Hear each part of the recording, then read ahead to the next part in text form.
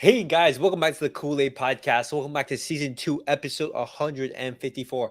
Guys, we are introducing a new series to the channel. We wanted to make sort of like a weekly news roundup where at the end of every week we give like a long formatted episode. We just talk about all the events, all news related to Barca at the end of the week. We just review everything. We talk about the most important things, and we maybe go into a little bit more detail, but just like give our thoughts and give proper analysis of it. But guys, remember, I post a link on Twitter for these episodes. I want to make it so you guys can also interact with us. Just go on Twitter at Kool-Aid Podcast 10, click on the link, and then you'll be able to join. And guys, let me introduce my co-hosts. You know them, both Alvaro and Alex. Hey guys, what's up? What's good, guys? Okay, so the topics that we're going to be discussing, we're going to talk about Gundogan. He is officially a Barca player. We did make a news reaction earlier today. We are also going to be talking about the pivot situation. I've made a couple of videos talking about the pivot situation in a little bit more detail. And lastly, we're going to talk about the possibility of both Rafinha and De Jong leaving the club. Is this a real possibility? Yes or no? But guys, first piece of news: De Jong, he is officially Gundogan is officially a Barcelona player. He has been confirmed as a Barcelona player by both the club and the player himself. He's coming to the club. He is going to be with us until 2025. He has a release clause set at I believe 400 million euros, and he came as a free agent. Barcelona did not pay a transfer fee, anything like that. And so what I want to ask both of you guys, what do you guys make of this Gundogan signing? What do you guys think Gundogan is going to do? How do you rate it? Are you excited? Are you not? Yeah, so right off the bat, I'm gonna have to give it the rating. I think it's an 8 out of 10 signing. 8 out of 10. Yeah, yeah. I know. Okay. I know some people might consider it a little bit high, but when you look at what Gundogan does and what he can offer to the team, he's such a complete package for Barcelona. First of all, he's someone that's great on the ball, can dribble well, great range of passing. Someone who's used to playing a similar style to Barca's under Pep for many years now. Um, he's a very complete, well-rounded midfielder, and I think he's someone that can either give you the assist or the goals. I mean, we've seen him score so many vital goals for City. I can remember last year him getting the title-winning goal. And not Um, even that, for example, like his performance in the FA Cup final. If it wasn't for him, who knows? Man City yeah, most likely win that game, but who knows? Who and knows? and not just that, it's just his consistency, right? He's one of these players that obviously it's harder to be a flashy player when you're a midfielder, just because um, what you do in the game isn't as flashy, right? You're mainly getting the ball back, passing the ball, but he's a player that I think brings a lot of balance and experience to the team. The only reason I can't give him a higher rating than an 8 out of 10 is because he is an older player. I believe he's what, 31, 30? He's 32, turning 33 in October right Right, now. right. So even older than I thought. Yeah. So he's an older player.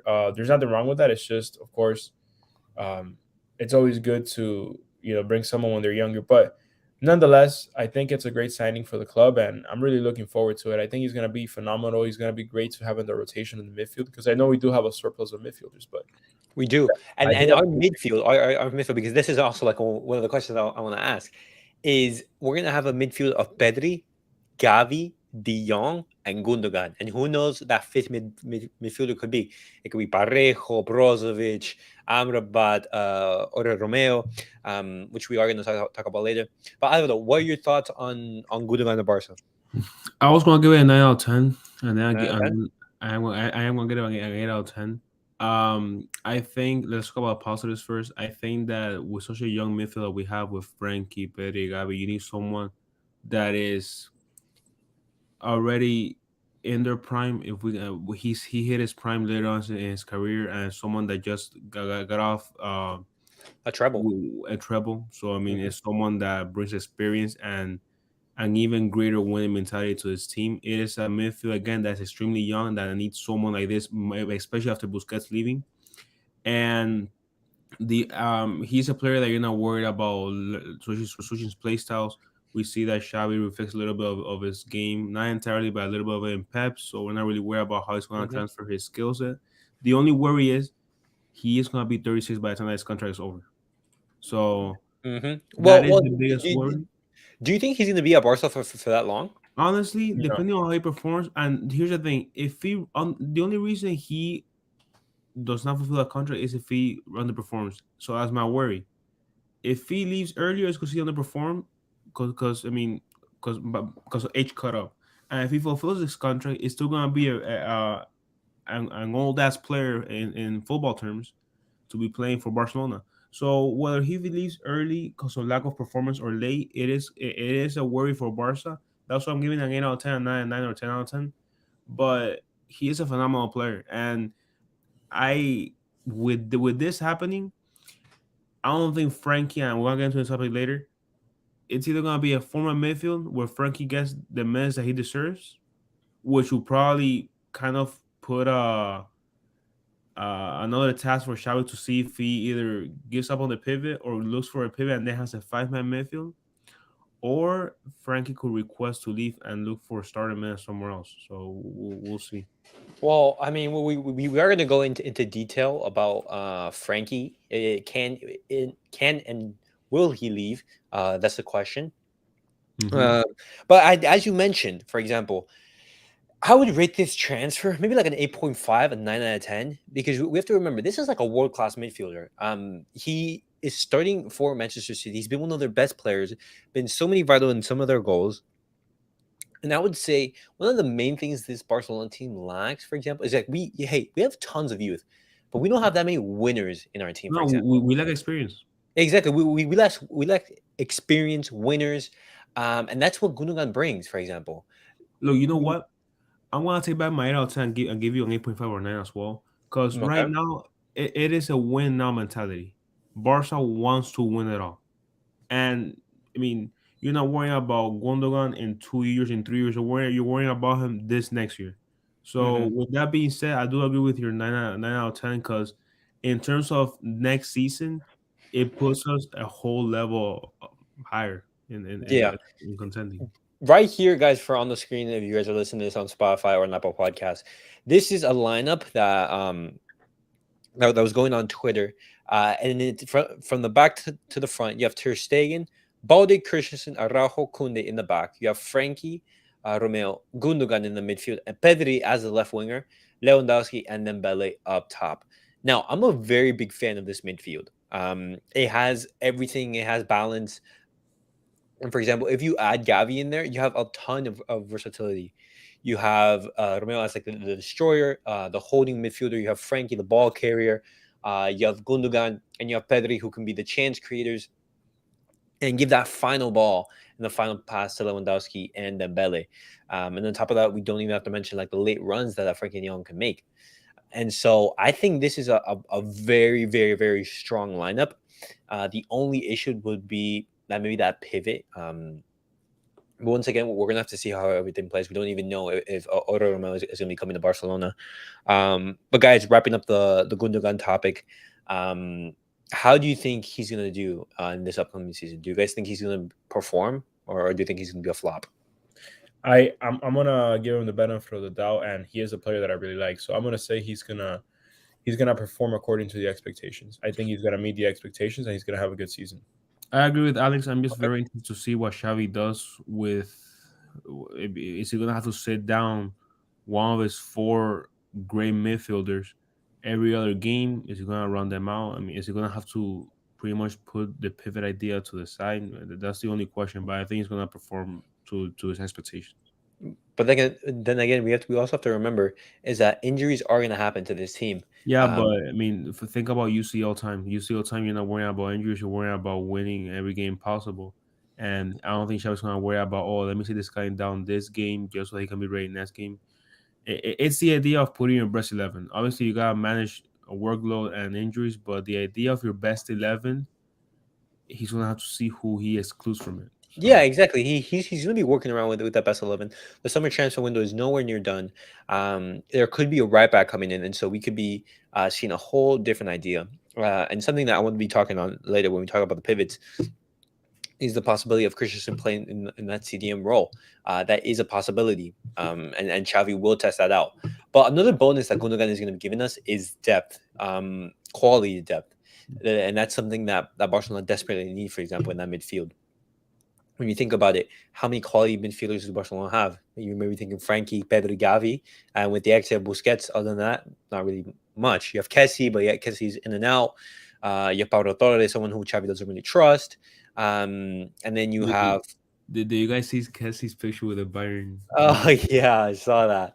I mean, hey, Bayern, if you guys want Kessie, go for it. All you need to pay is like 25 million euros, and then hey, take him. Yeah. He's a player who came on a free, and if you get 25 million euros for him, I think that is a steal. But I think Gundogan is going to do really good. I think he's going to be an instant starter in this team. I think he's going to add that touch of quality in the final third. But guys, now moving on to our next topic of discussion is the topic about pivot. Who is Barcelona going to sign to replace Sergio Busquets in that pivot position? The options that were being mentioned in our first choice, both the board and Xavi's, were Kimmich and Zubimendi. Now, both of these players, Barcelona cannot get. Kimmich and Zubimendi basically have both rejected Barcelona. Zubimendi has said that he would much rather take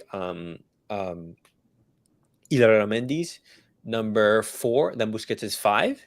And Kimmich has said that he wants to stay at Bayern Munich, and he has plans at Bayern Munich. And so they both of these players have basically shut the door on a move to Barcelona.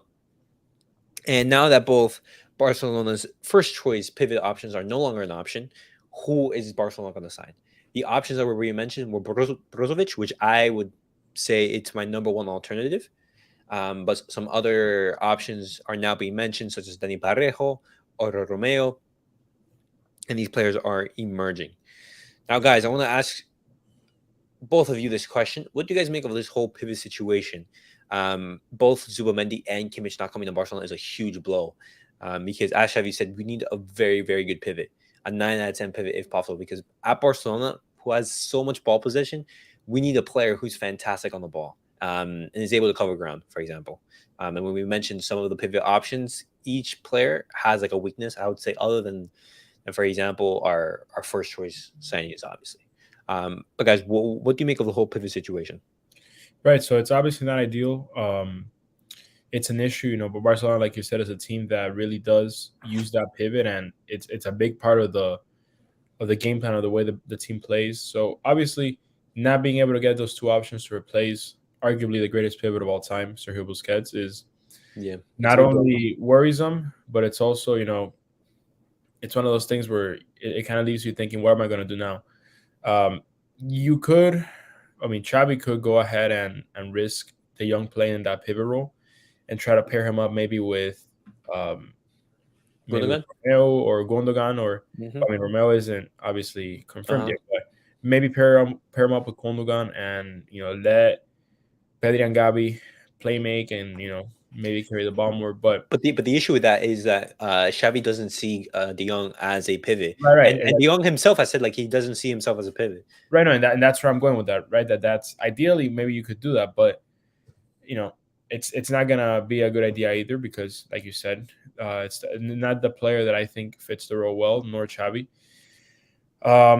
So then that leaves you with the fact that you've lost your two options, and now you gotta go for your option Bs. Now, I don't think any of the option Bs that we have are bad. I'm a big fan of Brozovic.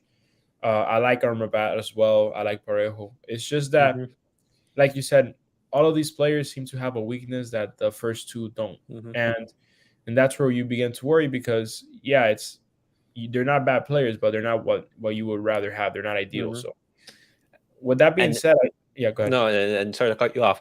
And the thing is, like the best alternative to our number A's, our first choice options, is Brozovic. And Brozovic, it's basically almost about confirmed that he's going to be heading to Al Nassr in Saudi Arabia. So for a reported fee of 23 million euros.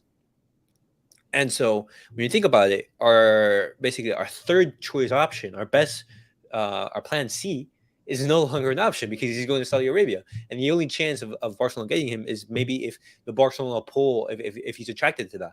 And either like tomorrow morning or maybe later in tomorrow afternoon, if, for example, Barcelona push even harder and Brozovic says yes, then it could be possible. But unless something miraculous happens, he's going to be heading to Saudi Arabia. And so that leaves us with basically only 2 options available. It leaves us with Parejo and Oriel, because Amrabat, it has been discarded by the club.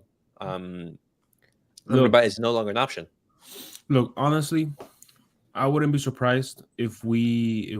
I mean, at this point, like you said, Xavi wants 9 out of 10, but the options are running out. So we might have to settle for a 7 out of 10, 6 out of 10. Honestly, I wouldn't be shocked if we get an underwhelming pivot after the Gundogan signing. I mean, it might show that Xavi might be heading in a different direction in terms of the midfield. Because right now, no one in this midfield can play a pivot the way that Xavi wants it to happen. We said Exactly. Frankie doesn't want to do it, and Xavi doesn't want Frankie to do it. Pedri and Gavi are not pivots. Gundogan is definitely not a pivot. You might have to settle for Christensen, like you said, who is a center back. So at this point, he might just settle for a decent pivot as a depth formation option instead of as the starting 11 pivot. And that's why I keep saying it. I feel like the Gundogan signing changed things for Barca. Even though it's a free signing, it's not really about the money. It's about the setup of the team. At this point, Okay. I guess Parejo is our best option. Parejo. But wouldn't you say he has the same problems as Busquets? He's the same age. He's slow. That's he's Spanish. He's literally the literal replica of Busquets. Just only he's a player from Real Madrid's academy. That's the problem. I mean, ideally we'll get Rodri from City, but that's not going to happen. Yeah. Exactly. I'll actually, sorry to interrupt you guys, but I actually wanted to present a third alternative. How about we don't buy anyone for the pivot role? How about Xavi uses his money elsewhere? How about he worries about getting a right back, maybe getting another center back? That's exactly what I'm saying. Okay, but who's playing that pivot then for next season? My best option would be, hey, in preseason, let's see what Christensen does. Play him around there. That way you can also get Conde as center back. We'll have Eric Garcia starting at pivot. No, Eric Garcia. No. We can't have Eric Garcia. I'm telling you, I think Xavi. I don't think Xavi saw us coming. I really thought he expected Kimmich or another one on top of us to accept coming to Barca. With the options left, it's either run out a pivotless midfielder or settle for a mediocre option. Hey, exactly. I really wait. Another alternative that I did talk about earlier in the channel was Christensen. Christensen in that pivot role. That could be an option because, guys, the entire goal of us talking to this is because we want to make this comment a reality. Europe will have fear in their eyes. We want Barcelona to compete in the Champions League. And as we need a left wing and a DM. But I would also say, yeah. Would you guys agree with this comment? I don't think we need a left winger just because we have been using. Technically, we do because we don't have one. I know we do, but like I think that, to be honest, using using Gavi up top has worked for us. He's gotten his assists, his goals, and I think if it ain't broke, don't fix it. That's my mentality. So we rock next season with that format midfield. At the end of the transfer window, look. I think the best thing we could do is get a good DM, but the options are low. There's not a lot of people out here in the market that are good for Barcelona. I honestly think, listen, get a proper right back. Try to make Christensen a DM. And if you can't make Christensen a DM, just do the format midfield and put De Jong and Gundogan at the back. With what Alex just said, Xavi can go a bunch of different directions here. If you set up Christensen as your CDM, if you set him up as your pivot, that means that Conde will slide into being his natural center back, which means that you definitely want a legit right back. Yeah, I think Xavi. I'm speculating at this point. I'm not a reporter, but I really think that he's now shifting his focus towards a right back and kind of forgetting about the CDM. He can't really go out and tell Bayern, I'm gonna give you twice Kimmich's. No. It's not feasible. Barcelona don't even have the money for that. Exactly. That's the thing. So, the idea of a left wing also depends on what they do with the midfield. If you run a format midfield, you're gonna have Dembele and Lewandowski up top, so there's really not gonna be a left winger. So at this point, whoever you sign from now on is probably gonna be a depth for La Liga and for domestic trophies. For the UCL, there's no world class pivot that you can have to run out 4-2-3. Listen. Okay. Alex, also say something before you go. When you think about it, there aren't that many great pivots in the world. when you think about it, like the traditional, I mean, like the traditional CDM, when you think about it, you think of Conte, for example. You think of like a destroyer. You think of someone who is very good at recovering the ball. Busquets revolutionized football and thinking he also has to be great on the ball, where he has to build off from the back. And this is where, for example, Pep also had an influence. And so when you think about how many great DMs are there, how many great DMs are there who are both destroyers, who are both pivots, for example, and a CDM, for example. Right. So Who- I think the best one that we can think of right now is probably Rodri Yeah, from Rodri. Manchester City. Yeah. But I will go out and make a case. I'll play devil's advocate for Tony Cruz. I know he's not great at winning the ball back, but he is a great distributor from the back when he does play Okay. a more deeper role. Moving on from that real quick, though, I wanted to say that there was a comment. Do you want to scrape 1-0 wins again? No, I obviously don't. But I'm gonna be honest. I honestly think Ansu Fati is gonna have a redemption arc next season, and we're gonna see him back. Look, I know everyone's gonna disagree with me, but I saw him play in what's this tournament that Spain just won, In the Nations League. in the Nations League, and I saw him Yeah. play. I saw some good from him. I know he's Yeah, been. that's one performance. I know. Listen, I'm obviously exaggerating a little bit, but I think the main reason why we were scraping so many 1-0 wins was probably because Amrabat, I mean, the ball. we were missing a lot of chances, to be fair.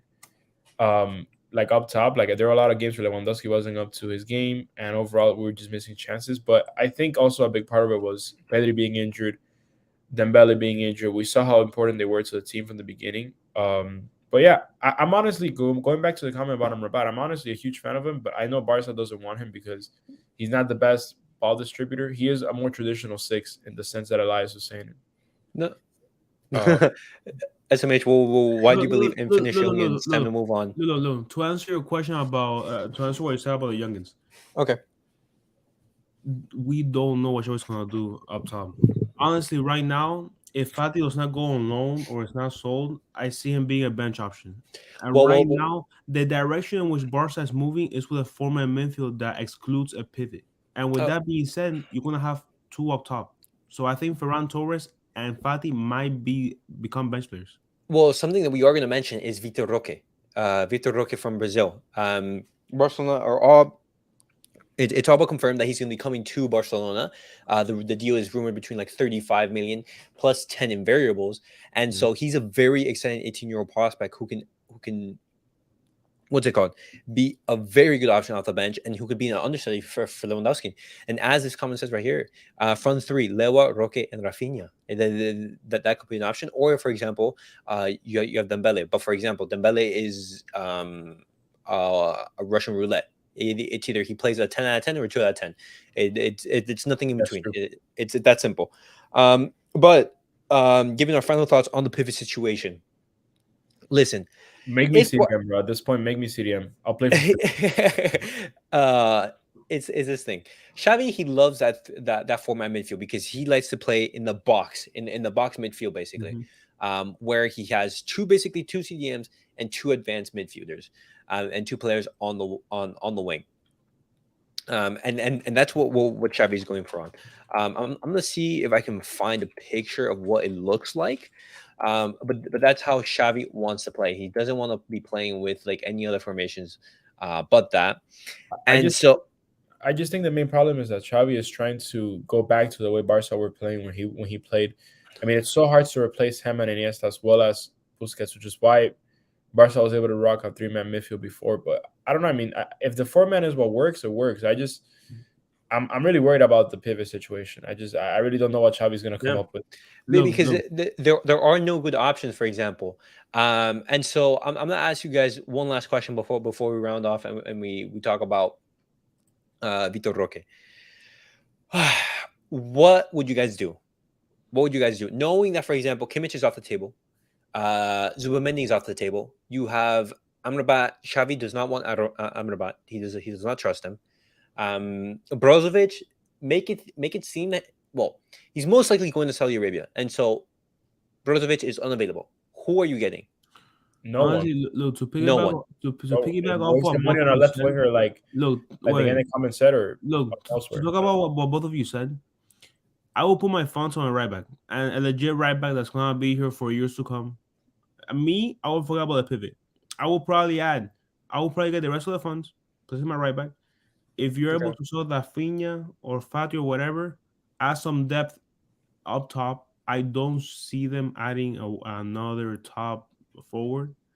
But at the end of the day, I really do think they should waste it all on the right back. They haven't had a real right back since Dani Alves. So Okay. And then who would the right back be? that's a good Joao question. Cancelo. Joao Cancelo? That's I mean I like that I don't think he will come to be that costly either. So I mean, for example, it's being rumored that if he does come, it would be, for example, in like a loan with an option to buy, something like that. But for example, both of you guys said no pivot. But for example, I think we do need an extra midfielder in that midfield. And so, if I'm being honest, 10 million for Otto Romeo. You get him, for example, he's just a body in that midfield, for example.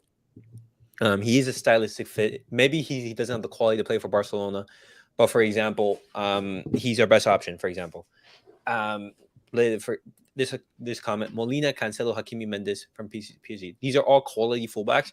Just the problem is that Barcelona cannot afford any of them. That's the thing. Hakimi, Mendes from PSG, absolutely no way that PSG let them go because they want to build a project with them. that's a dream. Molina, Atletico Madrid are going to ask for a tremendous amount of money. Cancelo is an option though. Just we need to figure out our financial fair play situation. So thoughts? Go for Romeo. 10 million.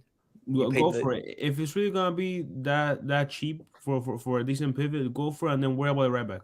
That's at this point just add depth. Is what I was saying. Just add depth to for other formations like the 4-3-3. Just know that it won't be the 4-3-3 that Xavi envisioned. So. It won't be. But guys, now diving away from the pivot situation, we're going to talk about Vitor Roque, another Barcelona signing that's about to be made official.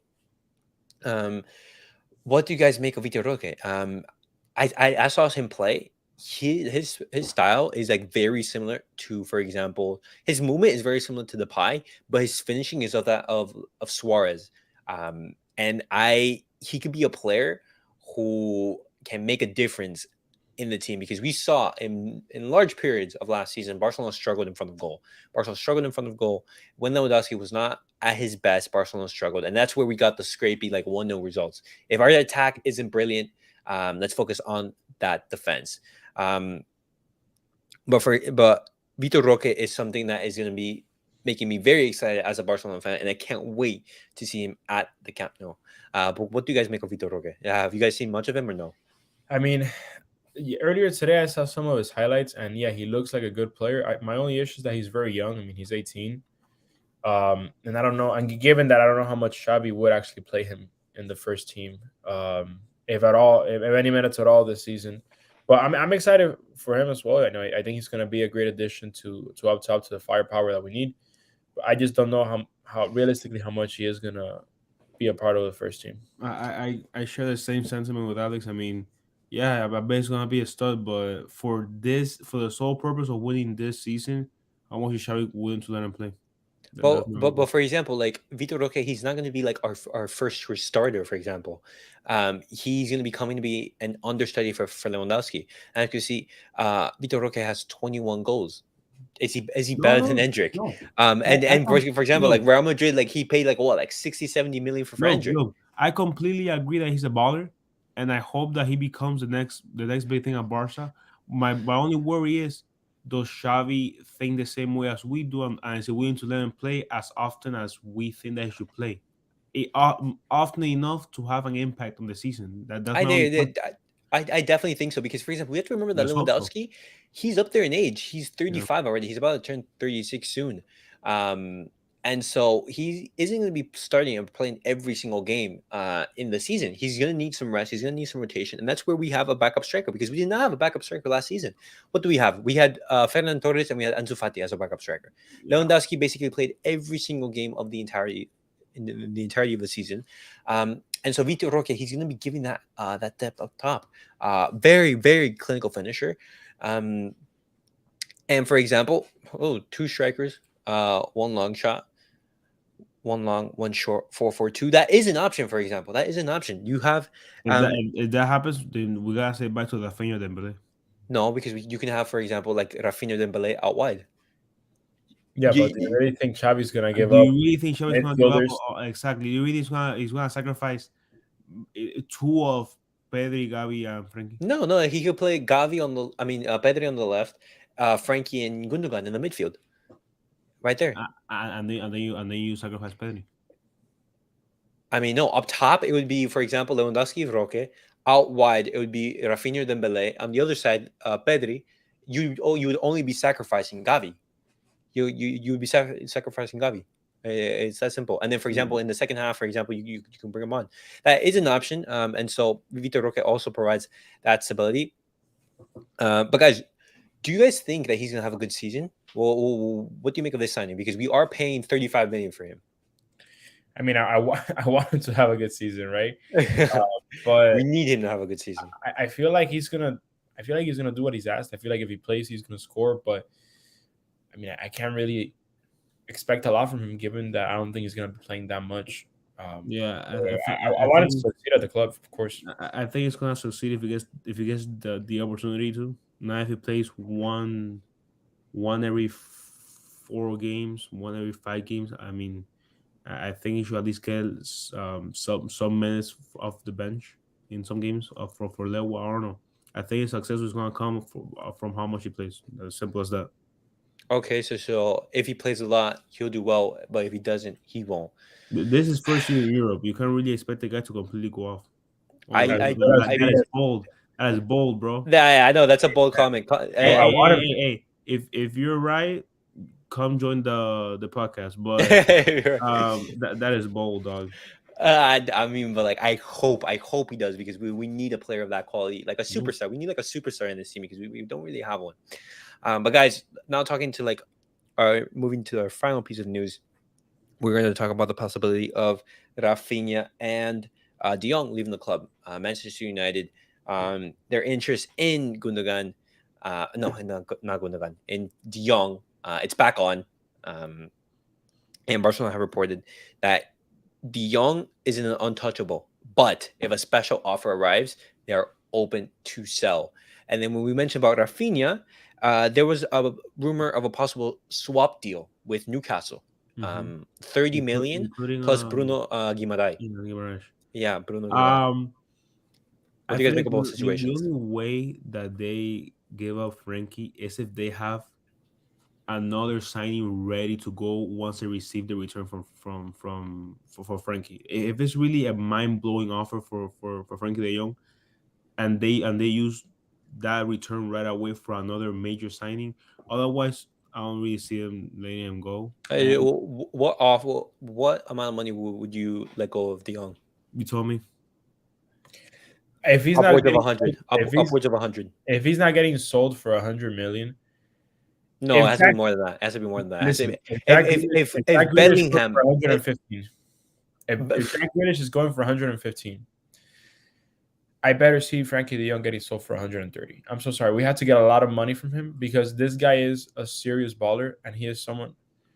Yeah, I mean, 115. No, look, with that being said, with that money, that you have enough to go get a world class player with that amount they're getting back. So that, with that being said, if that happens, it's because Barca already has something going on with another world class option. Exactly. If Anthony is 90, it's that simple. It's that simple. So yeah, minimum 120 and above. It has to be like that. But for example, you have Bellingham going for 100. You have Declan Rice going like for 115. You have these players going for. Okay, wait. I have a question for you guys. If we sell Frankie for, let's say, 130, let's say 130. What do you guys want to see happen with that 130? Get Messi. I honestly think, listen, there's a certain Brazilian player that played for PSG that is rumored to be leaving the club. And no. We got that type of money. No. Yeah, I'll do that, dog. No, we were actually talking about like a serious discussion over here. I We I were I, like Okay, well, I want Jimmy Butler's best some player on the team, bro. Brazilian who Jimmy plays for Butler's what? PSG. Best friend. Oh, Yeah, I've seen all the posts. Well, Okay, look, Elias, give me a realistic option. no. I'll be serious before Elias go. If we get that type of money, listen, we gotta go and we either gotta buy someone like I don't know the someone of the caliber of Kimmich, try to get Rodri, sell our soul for Rodri, If or we get 130, but for example, there's no reason why we don't tell City or Bayern. I don't give a shit if your answer is no. Give me Dolly or Quebec. okay, see, but what happens if they go like this? Hey, you want Rodrigo or Kimmich? Fine, 130. We literally get all the money that we just paid for the young, and we put it into Kimmich, and we're back where we started. The only reason why we would be selling the young is, for example, if we go get, um, for example, Cancelo, we get, for example, Zubamendi, we just pay the release cost, and you just be like, hey, here's the money, and we Okay, get left but winger, okay, but or for example, and we get Vitor Roque, or okay, but something like that. okay, but we're saying Frankie because right now we need to invest in America. No, in South yeah, America, But exactly, no, and no, and, and, and that's that's the true. only reason we saw Frankie that we said the thing about the major offer is because right now he doesn't fit the team because he's not a pivot. He's not he's the odd man out in the midfield. but But with still, that like being he's said, he's a world class player. That's the thing. if you use he is, but for Barca he doesn't fit the Barca play style. At least how Xavi sees it. If we get 130, you can put that on Kimmich. These are hypotheticals on Kimmich or Rodri. That solves your pivot problem. That's all I'm saying. Okay, but imagine instead of letting go of the young, we let go of Rafinha, and now we get Bruno Guimaraes Oh, I plus mean, 30 million. I think that's much better, but I'm But just saying hypotheticals here. I honestly think the amount of disrespect that Rafinha is getting is insane, considering how good of a second half of the season he had. Guys, we're forgetting that a lot of those scrappy 1-0 wins came from goals that he got Mhm. or assists that he gave. Okay, but the problem is here. Uh, who does Xavi favor more, Dembele. Rafinha or Dembele. Dembele? Dembele. Okay. Why are Dembele. you gonna have a player who can be sold for 100 million on the bench? But he's not gonna Wait, get sold for 100 no, million. yeah, it's right. Wait, just to make sure. Right now, the offer is 30 No, but but, million but, but, for, and but for Moraes, example, right? well, yeah, it's 30 million plus Bruno Guimaraes. Do you guys think that Bruno is worth like 30 million right there? Do you think he's worth like that? Bruno Guimaraes, I would say maybe he's like a 60, 70 mil player. Yeah. You get the money for plus 30 million. That changes everything. We're basically right here. Remember the assist De Jong gave to Rafinha, who else on the squad can do that pass? Exactly. That's the issue. If we sell De Jong, we're gonna have to first we're going to need huge amounts of money, and then we're just going to use that money to basically replace the same player. It's Hey, that simple, and so I don't see why we would be selling De Jong. I want to keep Frankie. I'm just saying, in the scenario that he leaves, that's what I want back. But I want to Look, keep listen, Frankie. Sell Rafinha, get money, get squad depth. Simple as that. You're talking about squad depth, you're getting midfield depth. You're getting let's say it's I almost said FA Cup. Let's say it's a Copa del Rey midweek game. Okay, you put Gundogan and I don't know Bruno Guimaraes, or you put Guimaraes and De Jong or Pedri. I'm saying you move around the team, and that's something that you can have. I'm gonna have to go and disagree with that because I know Dembele isn't really someone that really finishes well, but we're Yeah, he's forgetting how finished many really assists. poor. We're forgetting how many assists he gets for the team when He's No, he more. is. he's a world He's class winger, but once look. again, as like The the only 1,000 issue times I've here. said, The only issue Okay, here look, is ideally, I think our best left winger option, and you guys might give me a little bit of hate for this because I know it'll be expensive, but Rafael Leao, he would be so insanely good for Barcelona, but that's not going to happen because AC Milan are going to want, hey, oh, you want Leao? 100 million. yeah, but like for example, if we're talking about dream signings, yeah, give me Mbappe. There you go, left wing problems done. look. Sticking But is that gonna happen? No. look. Sticking with Dembele Rafinha debate. When Dembele, and there's a problem. If Dembele is healthy, he is twice the player that Rafinha is. He's more Look, explosive. healthy, and playing well because he do be healthy and playing like shit. But the healthiness brings consistency, and consistency He do brings be good having those play. games where I could be making the better passes. Honestly, that's probably our biggest dilemma right now: who to get rid of, or because I couldn't tell you. Okay, Look, no. Here's the thing. Rafinha, he's gonna give you constantly 6, 7 out of 10 performance. Occasionally, he's gonna give you that 8 or 9 performance. Dembele, he's gonna be giving you that 2 out of 10, or he's gonna be giving you that 10 out of 10 performance. It's just depending on what the coach wants. Because when you think about it, Dembele is the only player, for example, who can take you on a one-on-one. Because we have to remember, football nowadays is so much of systems. It's just you play this system, you do that. It's so much of how tactics work. A 1-versus-1 player who can disrupt is so vital in the team. Why do you think Xavi values Dembele so highly? Because he's the only player who can do that. And Rafinha can't do that. Rafinha is much better on the ball than him, but he can't be that one-on-one. But we're also forgetting, even if he's not having a good game, Dembele is a player who, like you said, dribble the ball, get by the defender, and possibly draw the foul. Okay, but he can possibly draw a foul, and even if he's playing bad, he's someone that the 2 players might mark because they're terrified of his pace and his dribbling. Okay, look, we're just making up shit here. Xavi prefers Dembele. Yeah. That's a fact. He wants to give Rafinha. I think we're all pretty sure that one will leave. I think that Rafinha leaves because Xavi really values Dembele. Okay. You're Barcelona. Do you accept 30 million plus Bruno? Yes or no? I would. Yes. Fuck yeah.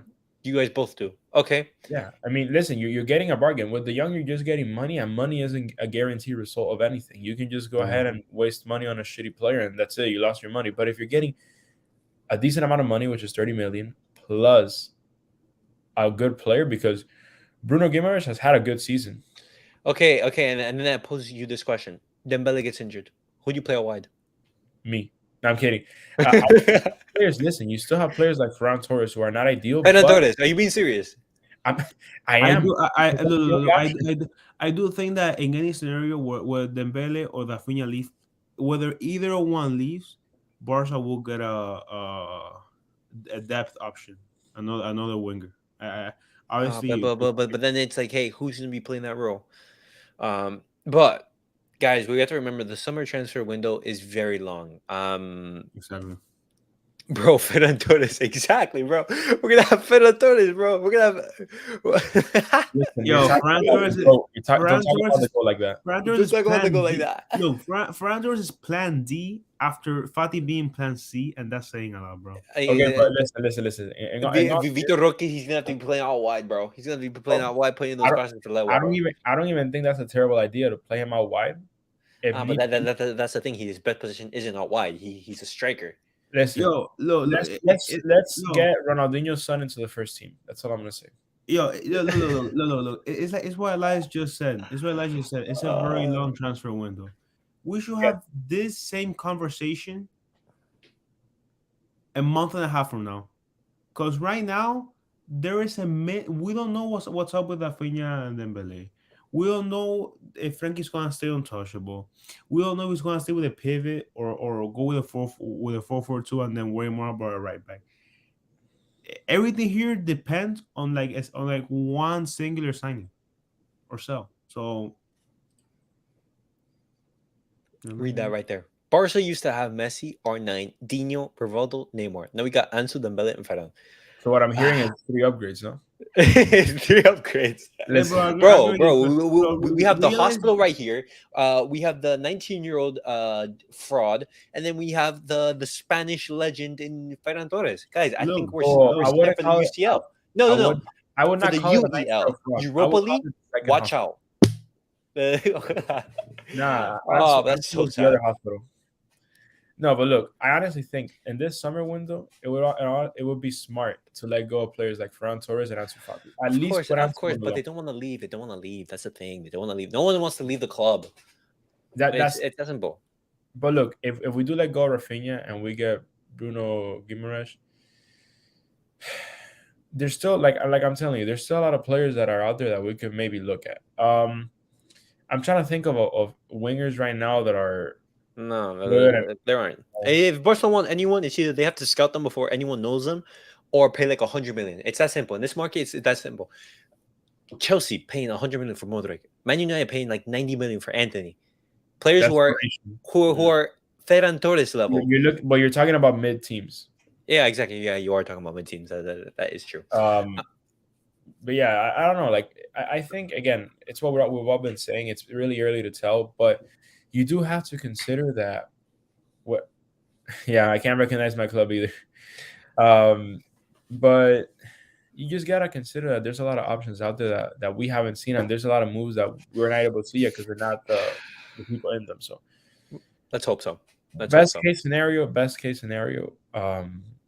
we let go of one of these players, get some money, and just invest into the squad. And again, I don't think Rafinha's deal is a bad one. Yes, we do lose that second winger option, but again, we don't. Maybe we could let go of Ferran Torres and get someone else, or let go of Ansu Fati. It's just off the top of my head right now, I can't think of that someone else, right? Yeah.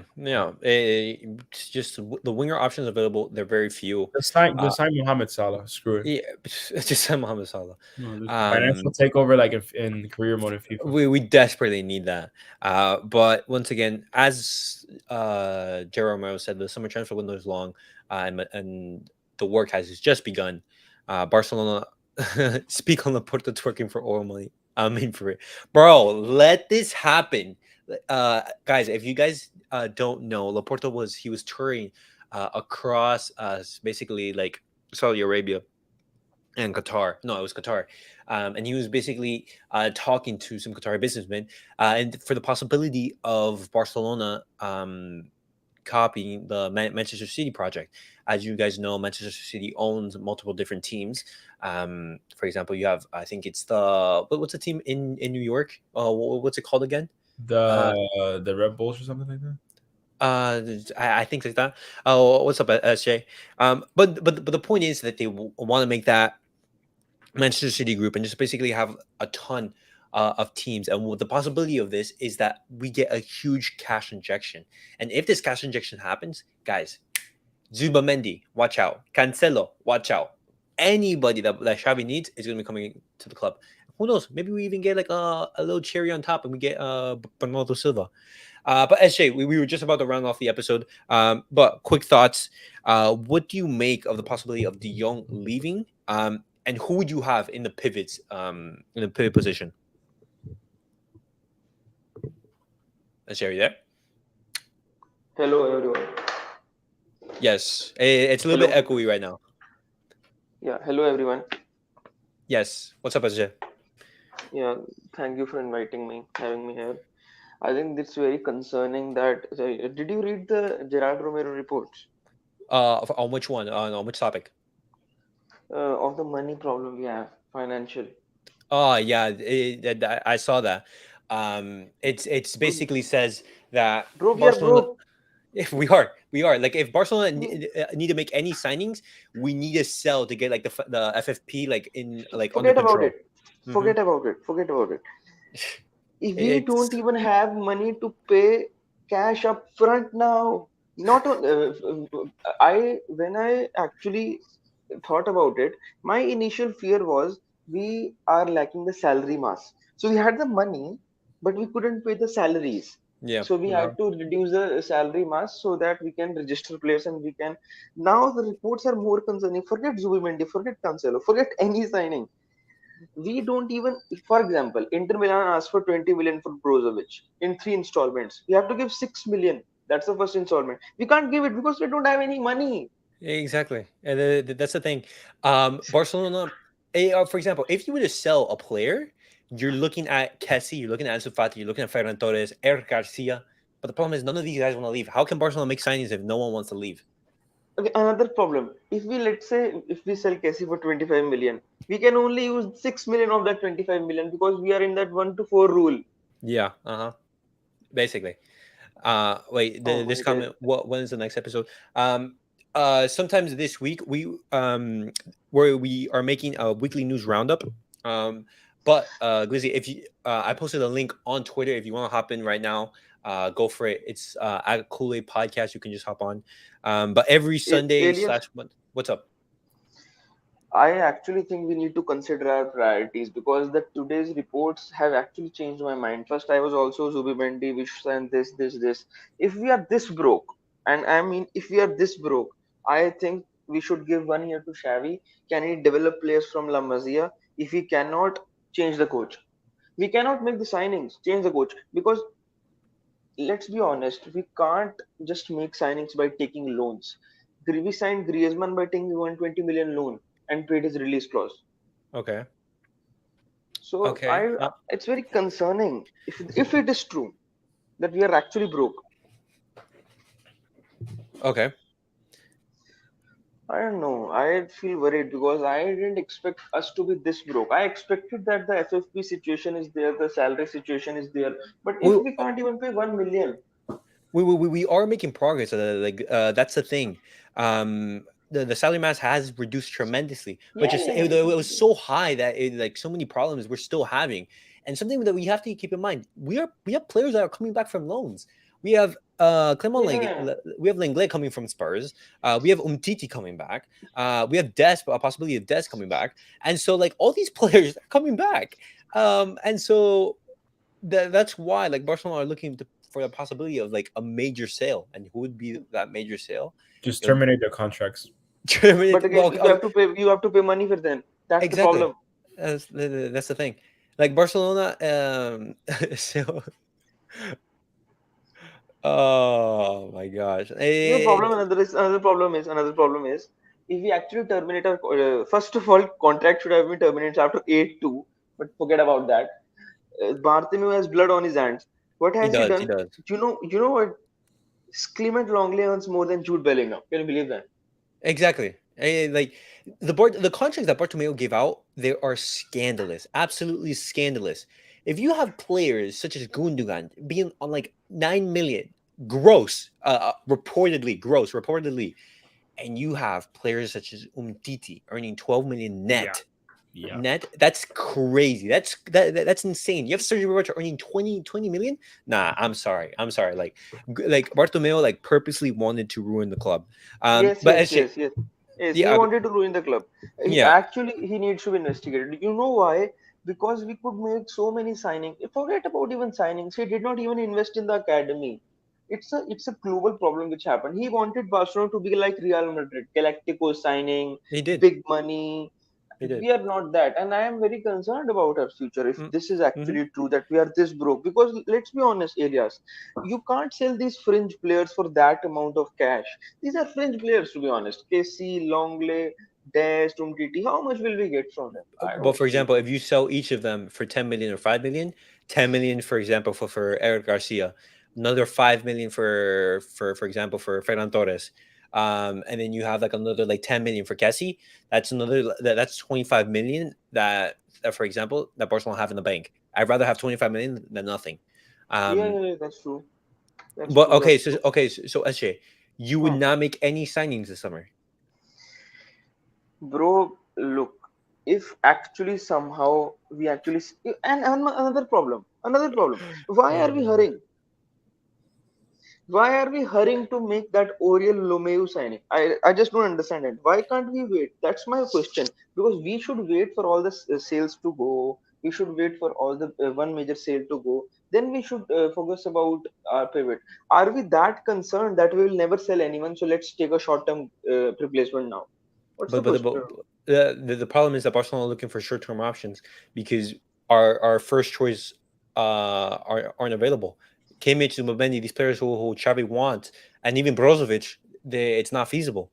No, it's And not so the feasible. only option will the exactly no top player is available, and so the only option available is Oriel or Parejo, and none of these options are Barca quality, and so we're gonna have to basically make do with what we have. Have you guys all watched Game of Thrones? I have, yes. I No. did. I don't know if these Yeah. guys have. I want to actually pose a greater threat, which is there to FC Barcelona. Because and the greater threat is not the those night walkers kind of thing. The greater threat is teams like Manchester City and PSG are not going anywhere. So we will always be financially handicapped. Now this Saudi thing is coming in. How will we compete? And plus, Real Madrid will make 200 million signings. Tebas won't sniff a thing. Tebas Yeah, likes every signing to be at Real Madrid. So one Mbappe hundred plays at percent, Real Madrid, and one Haaland hundred plays at percent. Real Madrid. How Uh are huh. they able to spend so much? Why? Because when you look at how Barcelona, they basically in the summer of 2020, I believe, like the COVID year, when the pandemic like first basically happened, Barcelona, I think, believe they had like a net loss of like 500 million or something like that. Um, and Real Madrid were like one of the few clubs who barely made any profit. Um, and so Bro, when I you look hope at Man City get charged. I'm sorry. I'm sorry. I have to look at my club. I hope I have to look at my club, bro. Because if Man City and PSG get established, we can't compete with their money. We don't have money that much. We even didn't have that much money when in our glory days. I hope these teams and hope this and this is not any kind of thing because if we, and by the way, if we sell De Jong, that's the worst decision that we'll make. it says selling the young, you would do it. No, why would you sell De Jong? Exactly, it makes no sense. Next season they'll say sell Pedri for 150 million, your all financial problems will be solved. Tebas will say sell Gavi, then all your financial problems will be solved. Exactly. He Uh-huh. wants us to sell all our good players, Araujo, Kunde, Gavi, Pedri, De Jong. Then what will be left of FC Barcelona if we sell all these players? We are building a project. It's very concerning. I was concerned today because if we are this broke, this is very this is Juventus level broke, bro. Uh-huh. Yeah. Ju- It is concerning. But the one thing that I do have like assurance is that Matteo Alemany, he is in charge of the yeah, summer transfer he's good. window. Exactly. And so like we're not going to be making any summer transfer windows. I mean, any signings that will hurt the club. And I have faith in him. For example, and we also have to know that Bartomeu is not running the club anymore. But rounding off the episode, I wanted to basically let you guys know that the summer transfer window, as I mentioned, is very long. There are going to be Yeah, signings, there are going to be the departures. Hopefully, we have the French players leave. Barcelona can recoup some money to basically make those signings. Um, but guys, I hope you guys enjoyed today's episode. We talked about the pivot situation. We talked about Gundogan, what an amazing signing that is going to be. We also talked about the sale, possibly Rafinha and De Jong. What do you guys make of all those signings? But guys, follow us on the social media platforms. Do all that, like, subscribe, and comment.